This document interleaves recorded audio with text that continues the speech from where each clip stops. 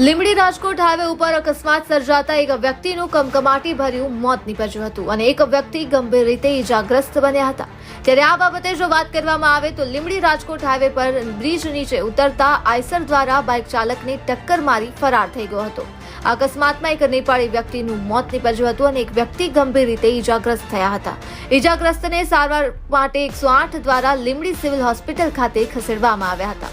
વધુમાં જો વાત કરવામાં આવે તો ઈજાગ્રસ્ત વ્યક્તિને તાત્કાલિક સુરેન્દ્રનગર ખાતે રિફર કરવામાં આવ્યા અને ત્યારે આ બાબતે પોલીસને જાણ થતાં જ પોલીસ પણ ઘટના સ્થળે દોડી આવી હતી અને આ બાબતનો ગુનો નોંધી વધુ તપાસ હાથ ધરી હતી।